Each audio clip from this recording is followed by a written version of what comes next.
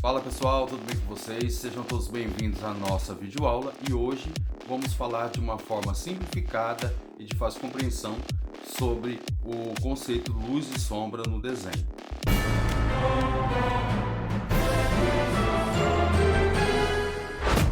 Então, qualquer objeto que esteja exposto à luz, ele produzirá uma área iluminada e a outra área sombreada.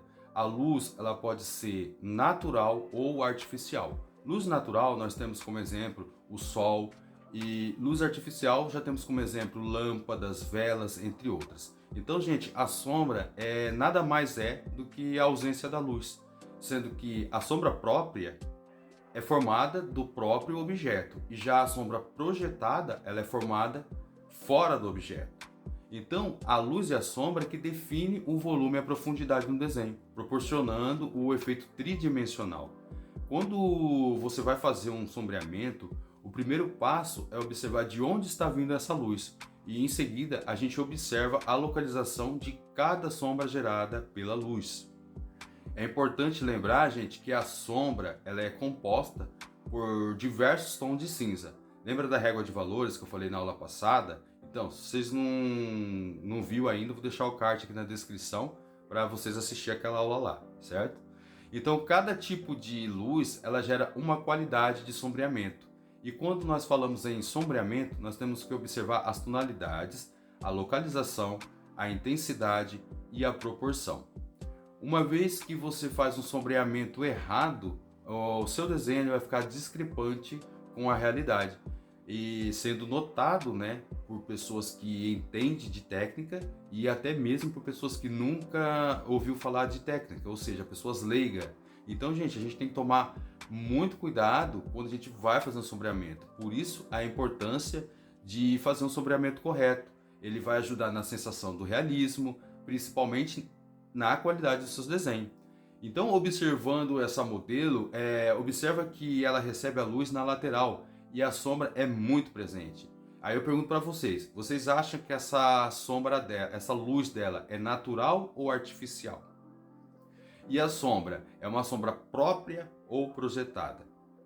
Então, quando observamos esse modelo, a primeira parte que olhamos é a luz, porque os nossos olhos ele é diretamente puxado para o ponto mais claro e somente depois que vemos que vamos olhar a sombra. Então, nessa imagem nós temos uma luz artificial e uma sombra própria. Já nessa outra imagem que eu quero mostrar para vocês aqui, nós temos uma luz artificial, uma sombra própria e uma sombra projetada, tá? E eu tenho também esse outro exemplo, nós temos uma luz natural e uma sombra projetada. Então, gente, é importante observar a proporção de cada sombra projetada. Conforme a localização da luz, a sombra ela pode ser maior ou menor, beleza? Bom, então, antes de começar esse exercício, primeiramente a gente vai dar uma leve apagada nas linhas e nos traços, tá? Uma borracha, se você tiver uma borracha limpa-típico, melhor ainda, mas se você tiver uma borracha normal, pode apagar, mas não precisa apagar totalmente, certo? E agora a gente vai precisar de um pouco de atenção na movimentação do lápis, seja nas áreas mais escuras ou claras, para não ficar marcado. E procure entender a forma e o volume. Agora com o lápis HB eu vou criar uma camada, preservando os pontos de luz. E aí você segue deixando a camada toda preenchida, sem deixar a marcação do lápis. Passo o lápis bem suavemente, tá? E com o lápis B, eu vou criando uma segunda camada, começando a criar os tons médios. Aí a gente vai preservar também a área de luz.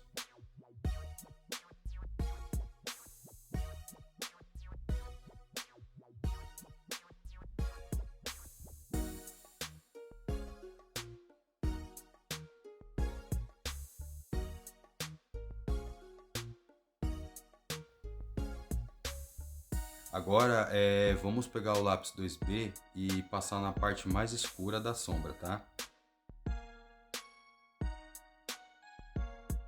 Faça com calma e sempre mantenha as áreas bem preenchidas.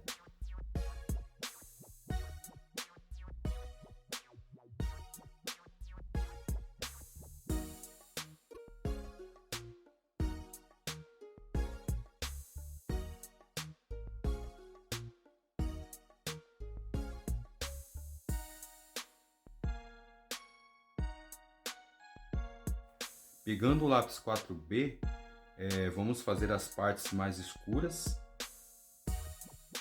Vai passando suavemente, preenchendo toda a região.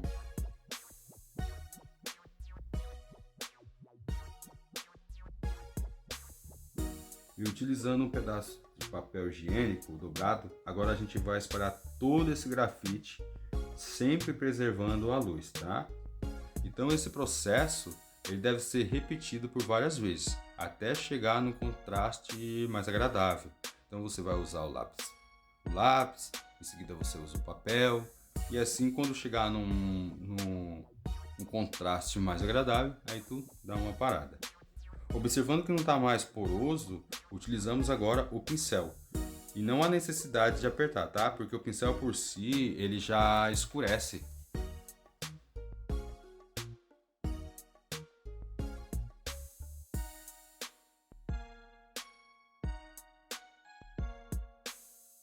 E agora a gente vai criar uma sombra projetada pelo objeto. Vamos fazer uma nova circunferência, mais ou menos do mesmo tamanho da esfera. Uma vez criada, pegamos o lápis 4B ou o 6B e vamos fazendo um degradê na área mais próxima da esfera, usando o lápis 6B, por a sombra ser mais escura e estar próximo do objeto. Aí vamos passando papel higiênico, esfuminho. Lembrando que se você não tiver o esfuminho, você pode usar o papel higiênico mesmo, tá? É só prosseguir passando e depois segue passando o pincel.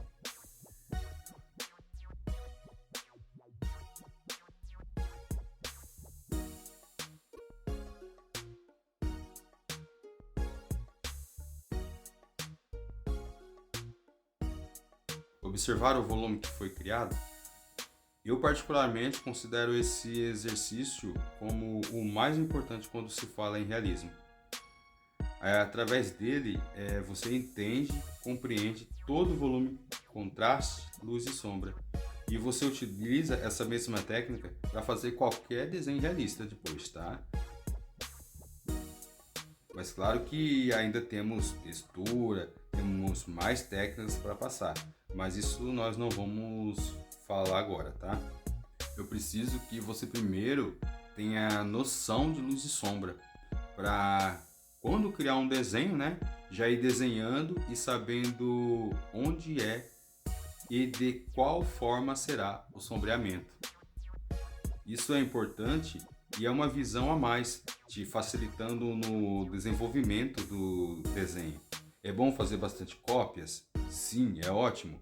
Faça bastante cópia, isso ajuda no desenvolvimento, mas a criação, sem dúvida, é algo único, feito por você. E junto, nós vamos desenvolver esse lado criativo. Então, por hoje é só. Então, pessoal, essa foi a nossa videoaula de hoje. E espero que vocês tenham gostado, tá? Fiquem todos com Deus. E você que assistiu até aqui, quiser se inscrever no canal, seja bem-vindo. E a gente se vê numa próxima videoaula.